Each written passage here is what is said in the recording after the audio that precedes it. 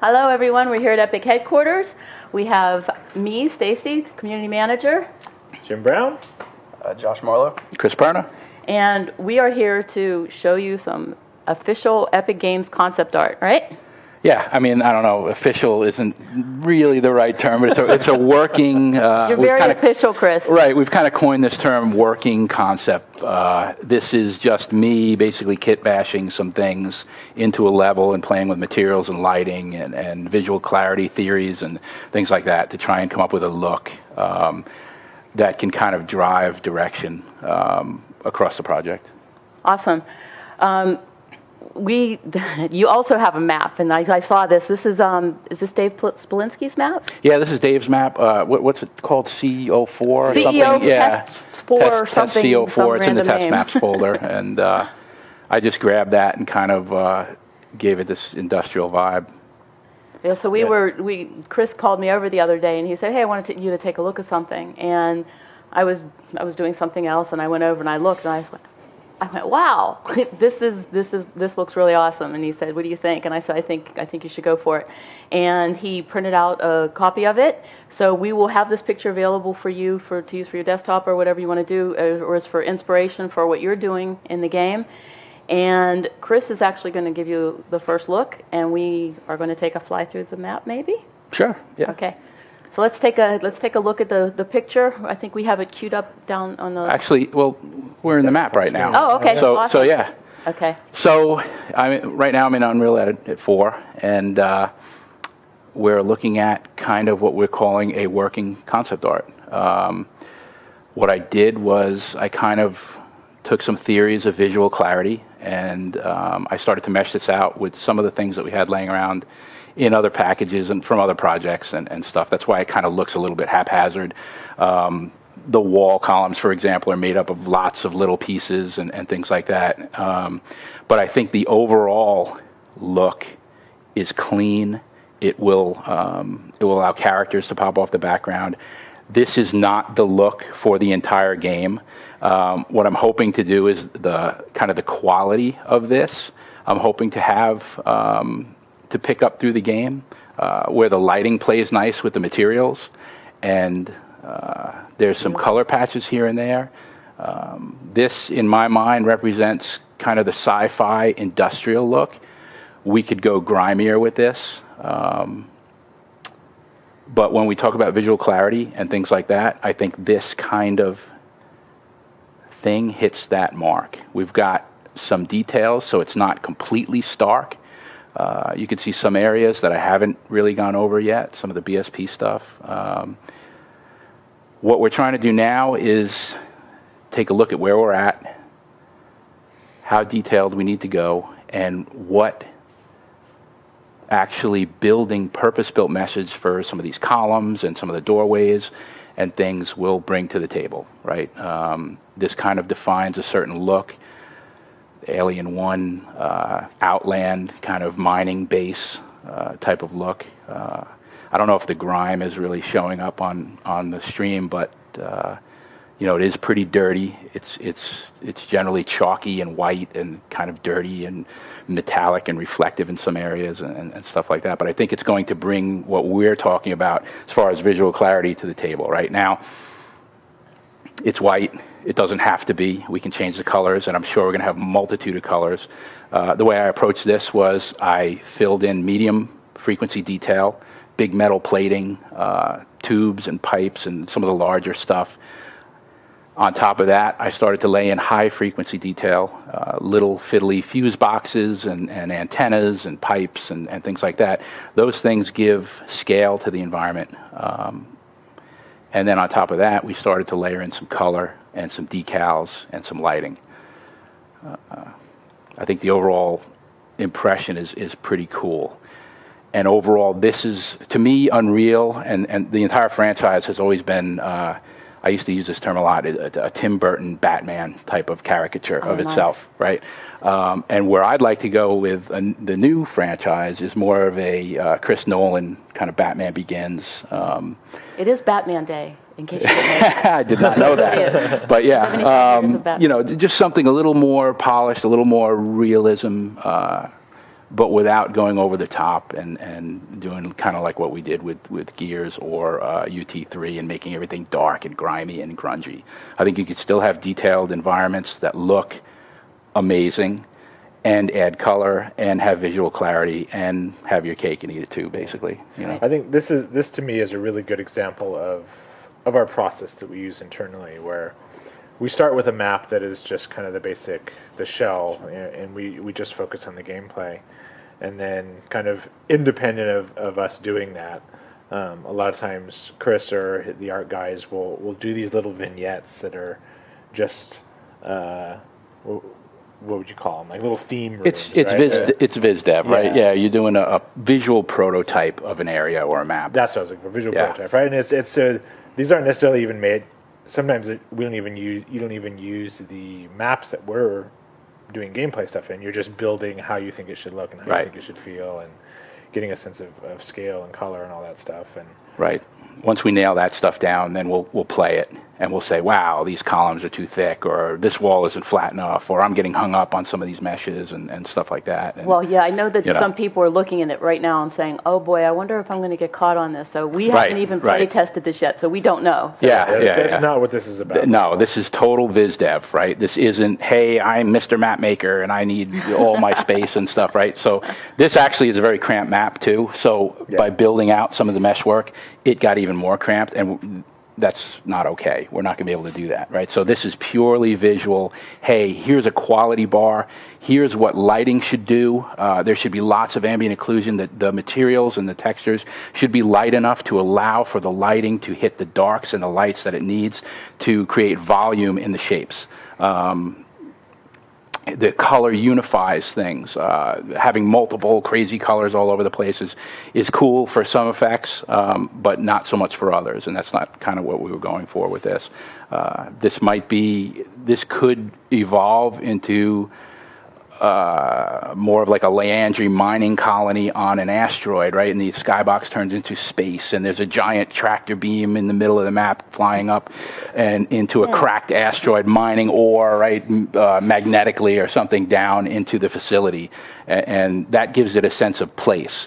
This is the first step. This is, hey, what is the overall visual identity of this visual clarity idea that we have? Well, this is a big step, because this is what everybody's been really asking is, what should I make my map look like?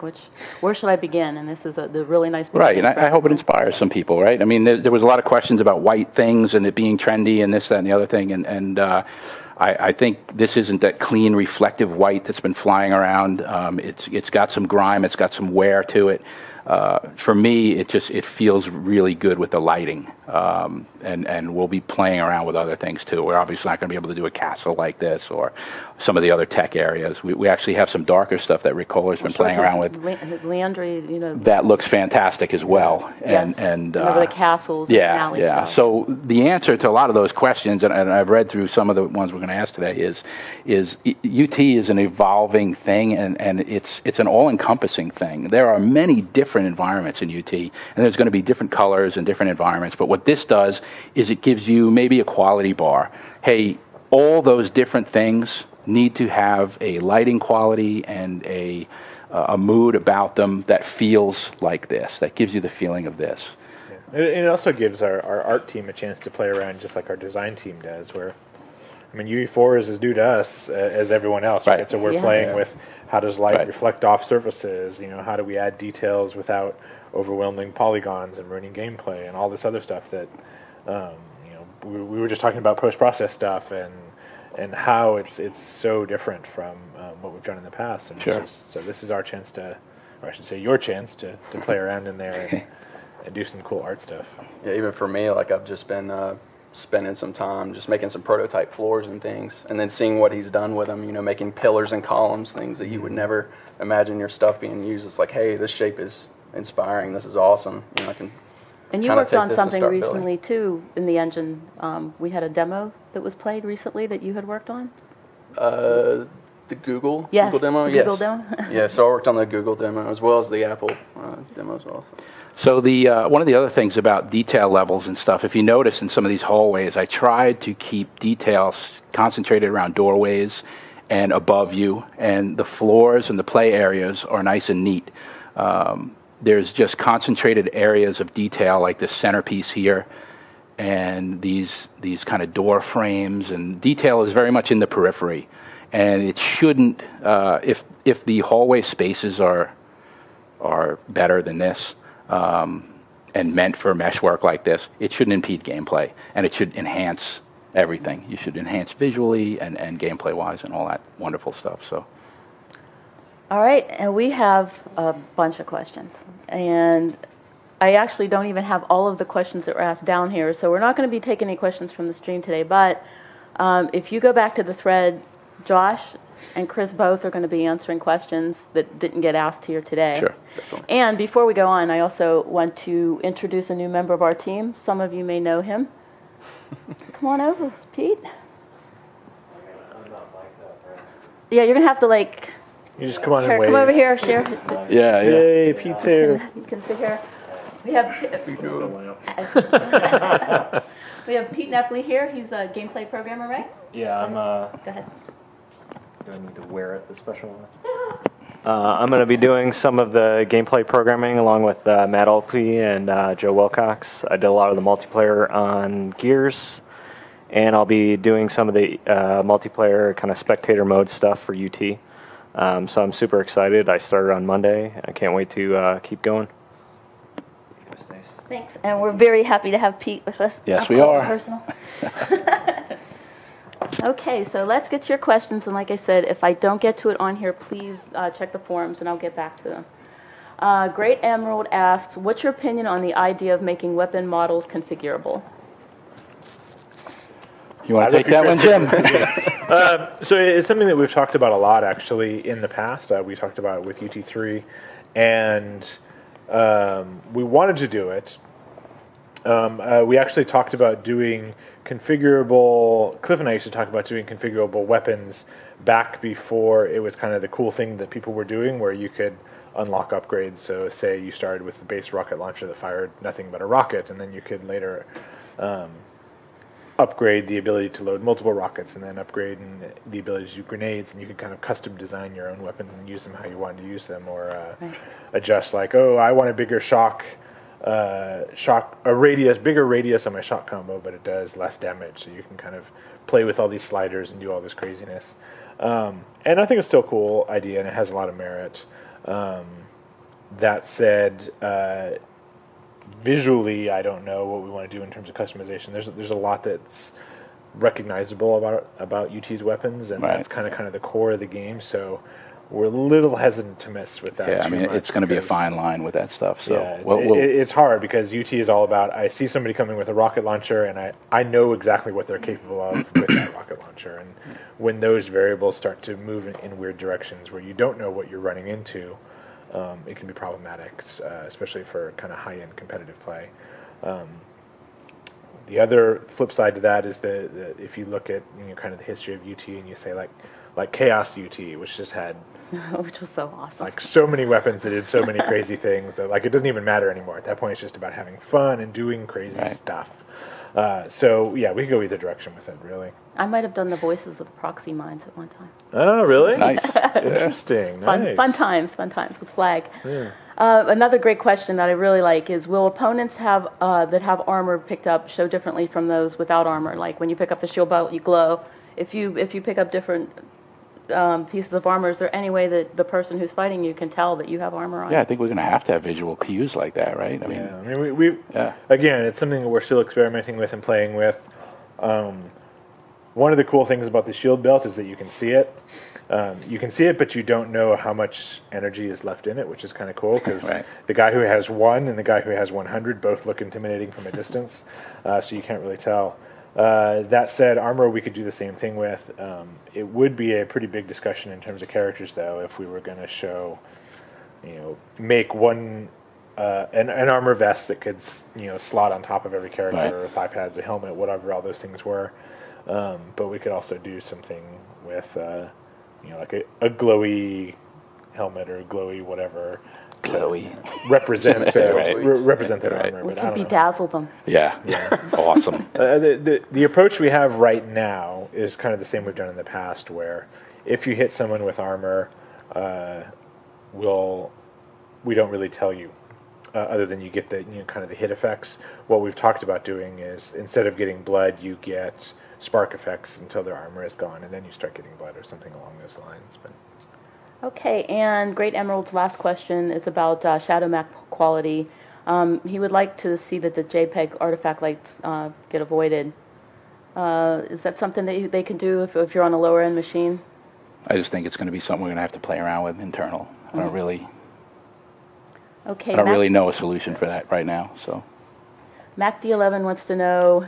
He doesn't want to sound like he's being critical, but could we lead the art style in a way that is not the other extreme compared to UT3? So basically, this is what we were just talking about. He doesn't want it to be real white and glowy, and right, as opposed to real dark. So right, and I think one of the things that we didn't do with this map that I just showed was start to layer in decals that some of the overlay decals like grunge and streaks and bird poop and stuff like that. just some of the stuff that makes it realistic and gives it a real sense of place and anchors the visuals. So that stuff's coming. We're going to start playing around with how grungy we should be. My guess is that it'll never be UT3 grunge, but it'll be a little grungier than what we've seen. Just to add a little bit more of that punch. Yeah, realism. Yeah, totally. So it's not so sterile. I think some people might be reacting to seeing maps in early development, so you see the very stark plain, just kind of the BSP shells that we have so far, like the deck that's out there that's has some materials applied, but there's basically no geometry in it yet, and that's just because we're in early development. That's not the art direction that we're going for there. Right. So don't confuse the two. With regards to environment, now that we have such a powerful engine and lighting effects, do we expect problems to be able to see the players at all? No, I don't think so at all. I think we're going to have to just experiment with that stuff. In the past, we had problems seeing the players because the players were as detailed as the environments and they were lit in the same way and stuff. Now, we will still have detailed characters and detailed environments to an extent, but we have lots more tricks with lighting and post-process and things like that to allow those characters. And we're very much aware of a visual clarity and a clarity of experience for the player. So we will be very much concentrating on that stuff and working to make sure those characters really pop, since that's most of the experience in the game. Yeah. Steve and I have talked a lot about there's such a call right now for bright skins from a lot of the really competitive community.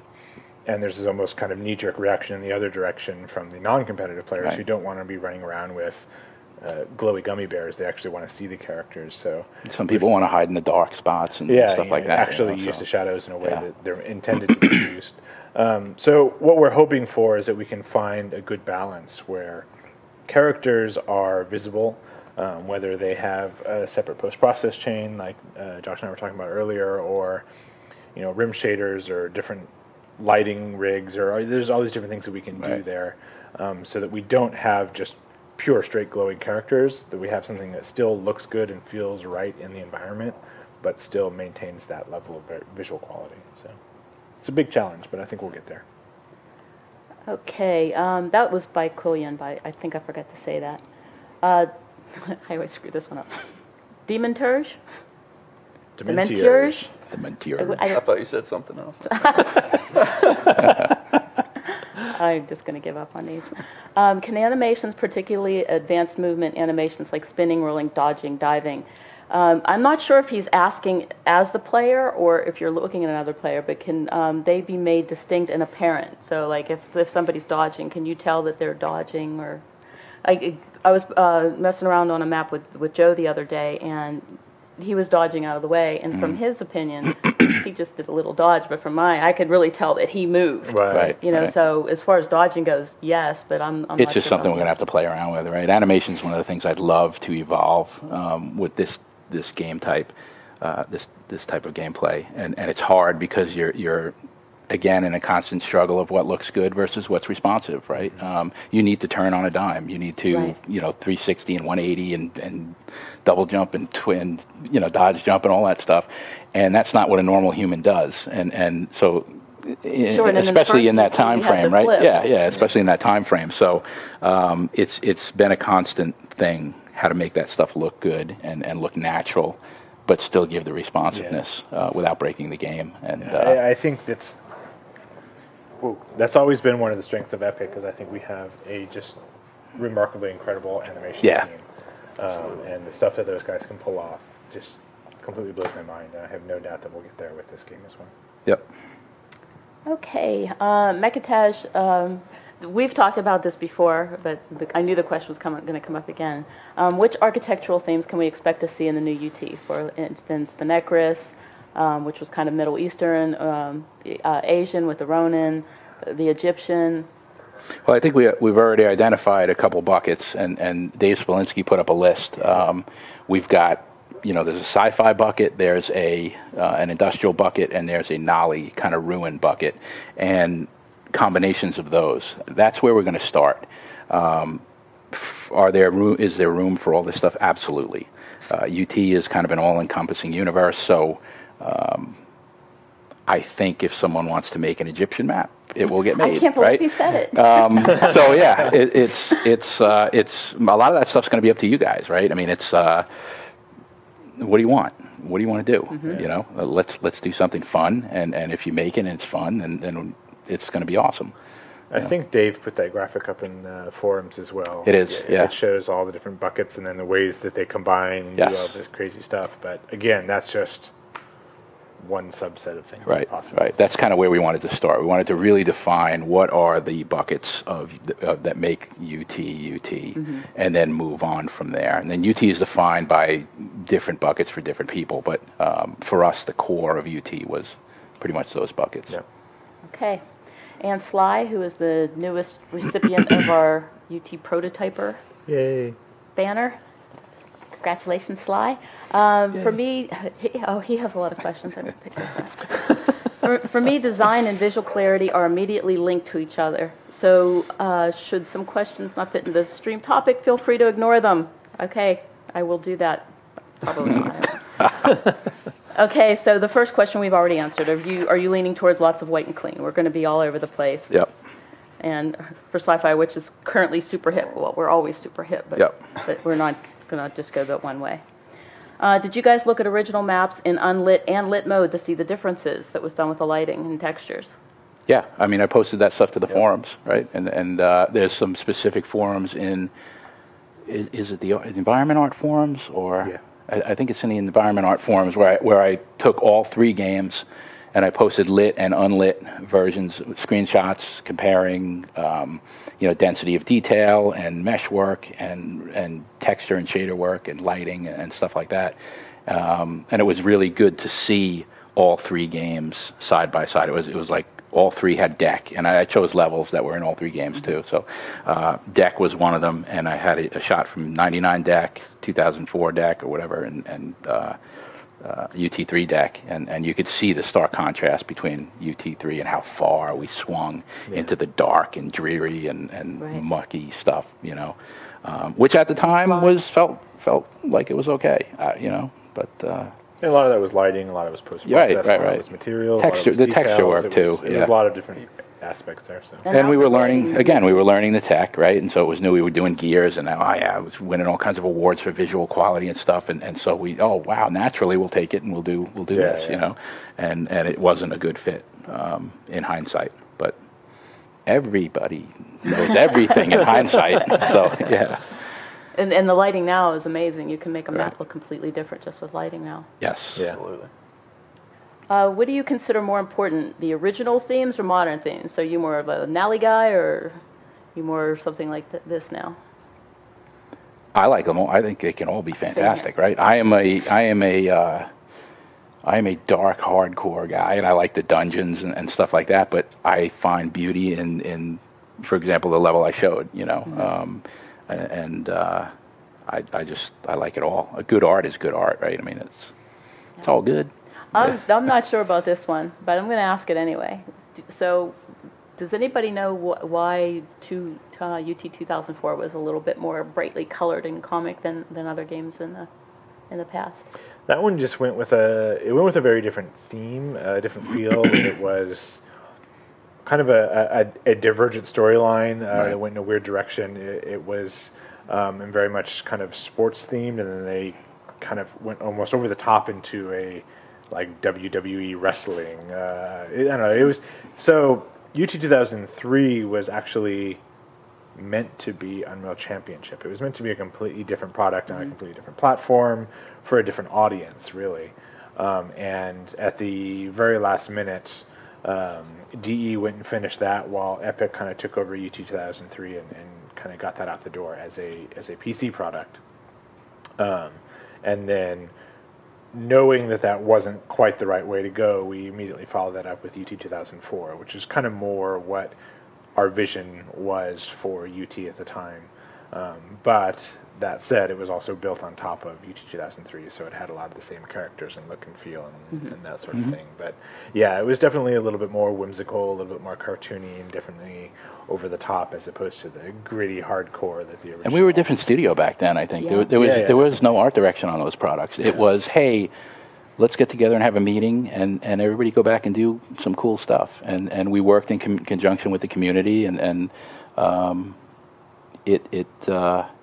it worked miraculously, but yeah, I'm not sure how that worked, but it was good. And we worked with GE. I mean, we're kind of going back to that now too. I mean, it's art direction is very loose, and we're relying on the community, and we're kind of just doing some cool stuff, and it's got a really good vibe. I think the project. We need to get more contributions from the environment art guys. Some Yes, modelers. Yeah, Josh. for sure. Well, Sly does have a lot more questions, so Go on. he had so many he actually made his own thread. Yeah. So, one of you guys will go back or both will go back and talk to Sly and his thread about his questions. So we're going to jump down to Asula.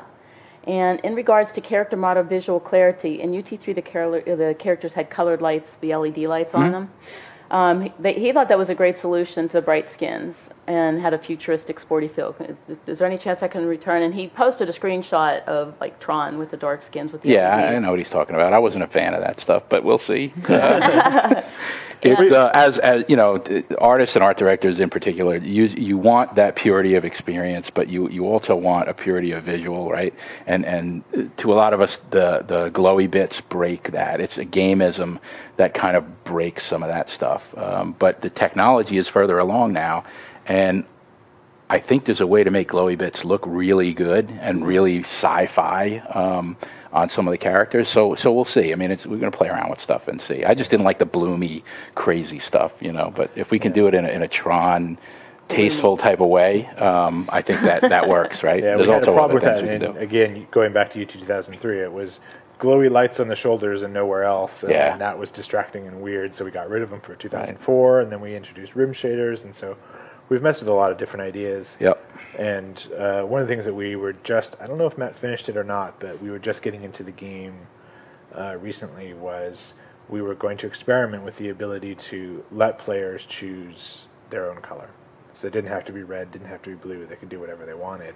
And so that'll affect the way that materials are built and how we display that color and all these other things. So I'm sure you guys have a good challenge on your hands and a way to make that look awesome. Did you skip over Sir Briz, his comment? Oh, do you want it? I thought it was kind of the same. It kind of got answered by what we showed, I think. So Yeah. we answer Sir Briz's questions. Oh. I'm just kidding, Briz. Basically, he just wanted to see some examples of the art that we were talking about. I just didn't want to. I didn't want to overlook him. I don't know what's going on here. Okay, let's see. Next page. Raptor. Raptor wants to know if we're leaning more towards weapon models from UT 99, UT 2004, or UT 3. I'll let Chris address I think for the look of the weapons, we're taking a look at what makes each weapon iconic. For example, a flat cannon. When you think of a flat cannon, what is it? And I'm sure there's a million different views on that, but we are kind of narrowing down those ideas. What's your favorite model? My favorite model is I think it's the 2004 model. It's not the UT3 model. I think that one it's just. Go ahead, say it. It's odd. It's just odd looking. It looks like a flower on the end or something weird. And I know it's supposed to be a cool mining equipment thing, but for me, weapons should be tapered, and that's your way to touch the world, and it brings you into the world when you're running around in perspective. And that thing just kind of blossoms out like a cherry tree, and you just it's like a pom-pom that you're running around with. And it always just kind of bothered me a little bit, the design of that one. So I would kind of change that. I think the UT3 Enforcer needs to be a little beefier. It feels a little pew-pew to me. But we've had a lot of good submissions, too. The Unreal Enforcer seemed a lot better, a lot chunkier, and so I don't know. We'll see. I think we're going to, like I said, we'll look at all the iconic weapons and figure out what's right. Are there any? There were a few of the weapon concepts that we've seen that we've kind of liked too, right? The shock rifle. The shock rifle was one of the ones that I thought was pretty cool. Send more in. We'd like to see some ideas on what you guys want and what you guys think they should look like. Pom-pom mod. No. No pom-pom. Okay. Pom-pom gun. It shoots pom-pom. There we go. This is a long one. This is from that was Raptor. I said that. This is from Valius. This isn't quite a visual clarity question, but more art direction and design. Chris mentioned previously that he hoped to see multiple skeletons in the game eventually. Does that indicate there will be space for multiple sizes of player models as well, or should character models be planned around the general size of the demo characters in Malcolm? No, I wanted to see skeletons hanging on the walls. No. Okay. I just meant what I meant by that comment. I was thinking about the scar for that comment, and having a character with a tail or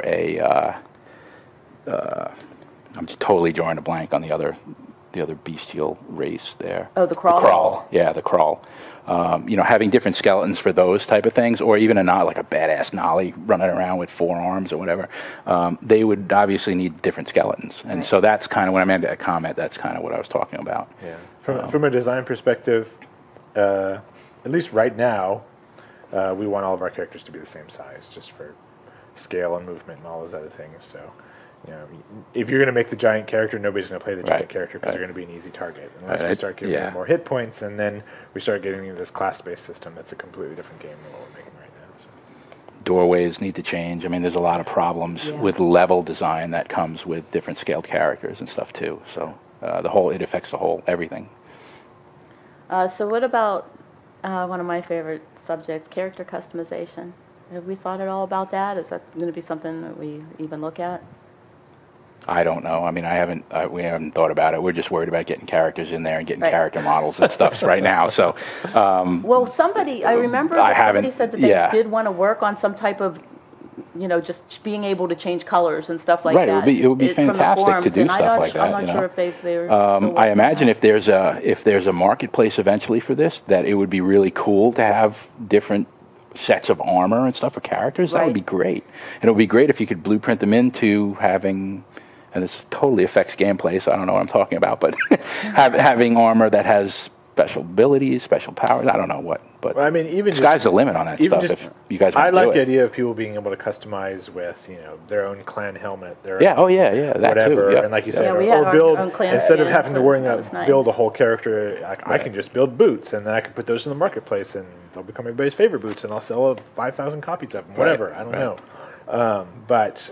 I like the idea of it. We just got to figure out a way to work it into whatever character system we come up with. Yeah. Okay. Let's see. To tie in some other questions, can you touch on how PBR material system can be used to aid visual clarity while maintaining a detailed environment? And how clear does not specifically mean simple or plain?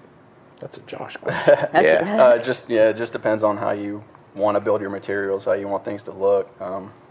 Basically, our PBR's physically based rendering, so all of our materials kind of react to light the way that they do in the real world. Mm-hmm. So everything has specular highlights, everything has a metalness and a roughness, and those are kind of combined in tandem to get the kind of look you want. So I think Jordan Walker did a pretty good blog post on Unreal Engine 3 or UnrealEngine.com about that. Mm-hmm. Yeah, it was a couple weeks ago. Yeah, so they should definitely go take a look. We have a bunch of documentation on all that to get everyone up to speed. And we're also playing around balancing normal mapped, high poly, low poly process and normal mapped assets versus medium poly kind of modeling. The level I just showed has a little bit of both. And with the physically based materials, you can have something that doesn't have normal maps on it, that has material layers on it, that has that separates out rubber, for example, and chrome and more of a painted material, all on the same mesh, without a normal map, and it looks fantastic. So that's another way that you can kind of experiment with that stuff. And related to that, Josh, how well does the material system support fallbacks for lower end machines? So we have a node. Hold on, I wrote it down. I forgot. It's called the quality switch node, and it basically you can switch between like DX9, DX10, DX11, shader model 3, 4, and 5. So if they have a low end machine, they can just add the node at the end of their material, and he also asks, what's the lowest target hardware? We haven't started talking about that yet, so we're not quite sure. We're going to try to make it run as on many machines as possible, of course. Can character settings and design concepts be pulled from previous Unreal Universe games? For example, if they wanted to bring back John Dalton from Unreal 2 as a tournament character, or any of the characters from UC2, except Raiden. I don't know why not Raiden. And with newly built models and textures, would this be acceptable or discouraged? I would say you can do anything you want at any point. The only stickiness comes in there is if you're going to try and sell it in the marketplace. Right, because you couldn't sell a Raiden. We can't let you sell something that's copyrighted by someone else without their permission. So, but outside of that, if you just want to do it for fun and get it in, play with your friends, go to town. Sure. Are there any recurring characters that Epic wants to build in-house for sure, which the community should avoid? Another good question. We are working maybe on a character right now that... Well, I mean, we're talking about we have Malcolm who's coming in right now, and we're talking about the possibility of including Lauren just so we have a female character as well. But these aren't new characters. But right, and they're not, and they're temporary. They're not intended to be permanent. And they're just a reskin of like UT3 characters. Yeah, so basically, you can do whichever character you'd like to do. Right, absolutely. I mean, we have no, we lay no claim to nothing at this point. If you want to create a new weapon or a new level or a new character, please go for it. By all means, that's exactly what we want. And what we need. Yeah. I mean, we need. I'd love character models. Yes, I would not hate it if someone redid the soldier models from the original UT. Yeah. So I could have Annika back again. Yeah. Due to the lack of visual clarity in UT3, the community came up with Bright Skins. What do you think about Bright Skins with their extreme gummy bears? There you go. So we talked about that already. Yeah. Yes, we talked about that. We would rather that you don't have to use them, but yeah, we want to find a balance where everybody can play and enjoy it visually, and it looks normal as opposed to bright skins. But I understand why people do that, and so ideally we'll find a balance that makes everybody happy. And going back to what we talked about with user experience, are there any new plans for the different colors for the teams? Like I said earlier, we just started this week messing with the ability for you to select whatever color you wanted. That's going to have a lot of design fallout that we haven't dealt with yet in terms of, how do we adjust lighting in maps? How do we adjust character skins? How do we adjust flag color? All these things, HUD and everything. But all of that is fixable. It's just a technological challenge that we haven't gotten around to really addressing yet. And what about forced models? Like in So I want to always have the Juggernaut for everybody. Yeah, so that's again, it's a competitive play thing where I don't care what character you're using or what you're using. I want to just set it to a default so that everybody looks the same, so that I'm not distracted. Whatever, kind of evens the playing field in visually in a lot of ways. It may or may not be an option. I don't know. We haven't gone too far down that road yet. Okay. Jumpwire says, looking back at your titles, specifically the UT and Gears of War development, it's obvious that some of the UT 2K4 style did flow into your final Gears models. Thematically, are we still going to be looking at the characterized and bloated models specifically on the armor, or we be looking at something more realistic? Yeah, I think we're going to aim for something more realistic this time around. I think we're going to bring the proportions down a little bit. And Yeah, those giant beefy I was going to proportions say, I look at so unrealistic. yeah, exactly. Yeah, we. real to me. I don't know. I think we should bring them back, and I think we're going to do that. I think we're going to Yeah, do that 'cause with the like- environments. You know, I talked about that earlier, the Tim Burton versus Chris Nolan Batman kind of thing, right? They were that series got caricaturized as it went on, and I think we went a little overboard sometimes with that. But with this UT, what I'd love to do is bring some of that stuff back, and there's been some fantastic concepts out there. Of normal proportion UT characters that look really good that Yeah. I'm dying to build or have somebody build, Loke. Yeah. Another Gears of War based question. Is there any color themes, or we already talked about this? Are we going to be muting certain color palettes? No, I think we'll do what the level calls for, right? I mean, if we've got a space dungeon, it'll be dungeony, and if we've got a high tech facility, it'll look that way. It's the color and the palette will be dictated by the environment. It's a very nice way of asking if we're going to desaturate it. Right. Everything. Yeah. No, we're not. Well, I'm really Yeah. looking forward to somebody doing like a hyperblast where you're flying through space and you're seeing nebulae and, planets and Right. stuff like that, all the wonderful colors. So I hope to see lots of colors out there. And Jumpwire also says you're doing amazing work, and he appreciates it. Thanks.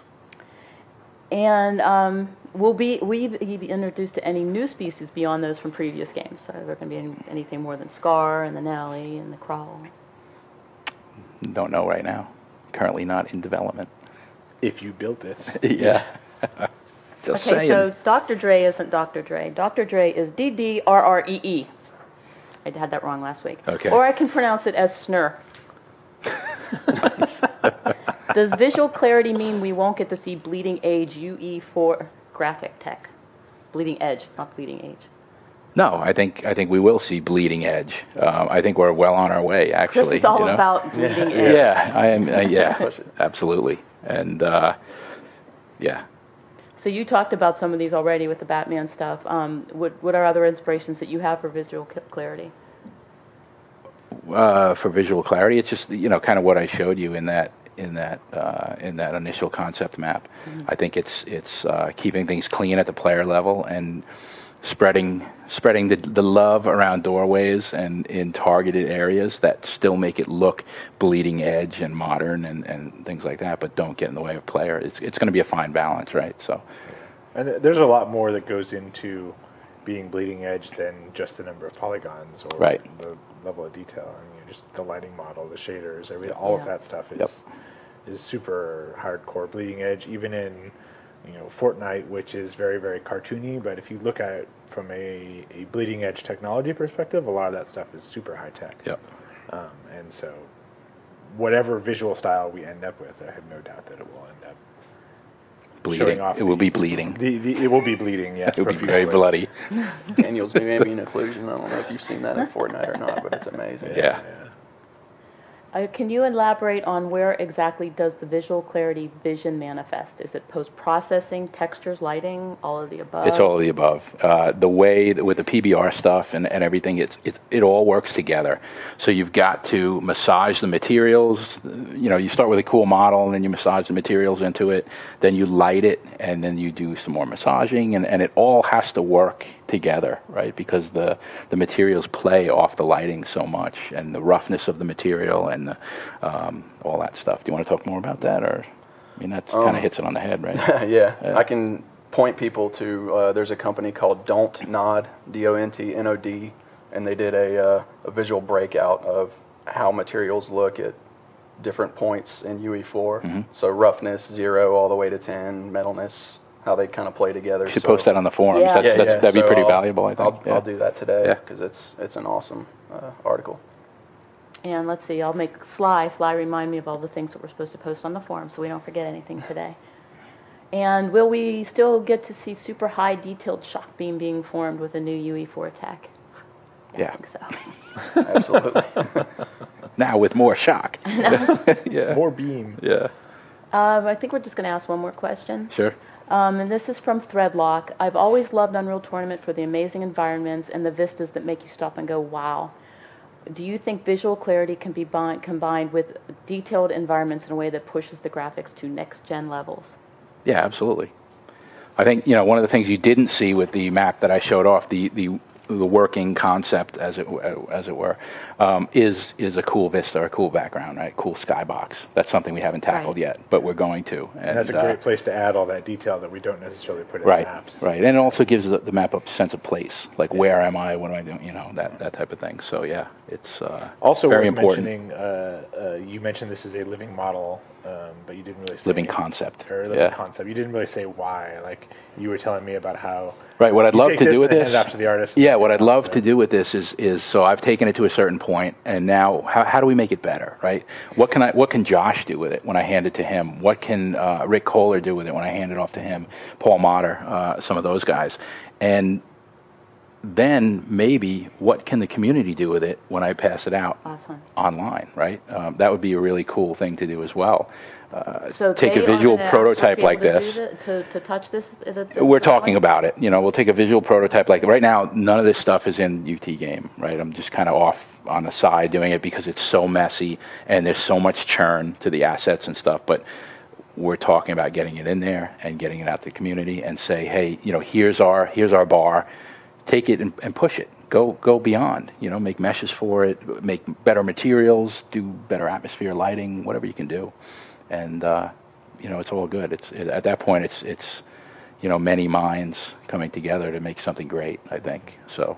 This is really. I know they're going to ask. It's really just a starting point. Well, it'll be a couple of weeks at the earliest. So maybe 3 or 4 weeks at the earliest. So keep watching for it. And I do have to ask one more question. I'm sorry. Tricky Vane, that was from Threadlock. Tricky Vane would like to know he said he's heard the term Unreal DNA thrown around a few times by Perna. And while I generally think I know what it means, I wonder if he could be defined or pinned down to say a little bit more succinctly to a particular group of styles or aesthetic from any of the Unreal games. When you say Unreal DNA, what are you thinking when you say Unreal DNA? I don't know. There's a certain color and a certain quirkiness to a lot of the Unreal stuff. I can't really quantify it in a word or in a phrase. And it means something else to everybody. Right, and there's so many varied environments and stuff, but they all have this overall kind of charm to everything that when you see an Unreal screenshot, you kind of know that that's from Unreal. Mm-hmm. I'd like this new game, when you see a screenshot from this game, to be our new Unreal, right? And that is what it is. And when I talk about some of the original DNA, I talk about, hey, let's not take the shock rifle and make it a crazy whip or something. Let's not kill all the original work that was done. Let's build on top of that and enhance it and bring it to life in a modern way that our new technology allows. If we could have had this technology back in Unreal 1 days, what would we have done with it, right? That type of thing. That's a really good way to think about it. I never thought about it that way. Yeah. So we have one other person here in the wings. Do you want to come say hello? No. Come on. He's not allowed to intrude. We have the community manager from Fortnite standing in the wings. Everybody say hello to KL Smith. And hi KL. We'll be back next week. We hope maybe we'll have Pete on, or we're actually not sure what we're going to talk about. One thing I'm really excited about, we're all excited about, is we are going to have another YouTube video. We'll be posting it tomorrow. Jason Beasley took some shots on film last week. Last week of us playing. And it will be up either tomorrow or Friday. Not sure exactly when, but we'll be sure to let you know when it's out there. So look forward to that. Will be the podcast, the YouTube of this video will be up tomorrow. And make sure you stop by the Engine stream tomorrow, because they're going to be going over more 4.3 stuff. There's lots of cool stuff, and that's twitch.tv/Unreal Engine. And I think that's it for us. Anybody else have anything? Nope, that's it. Thank you, Pete. Thanks, guys. Thanks, everybody behind the scenes, including Shelly back there and Joe Wilson. And we'll see you guys soon. Thank you.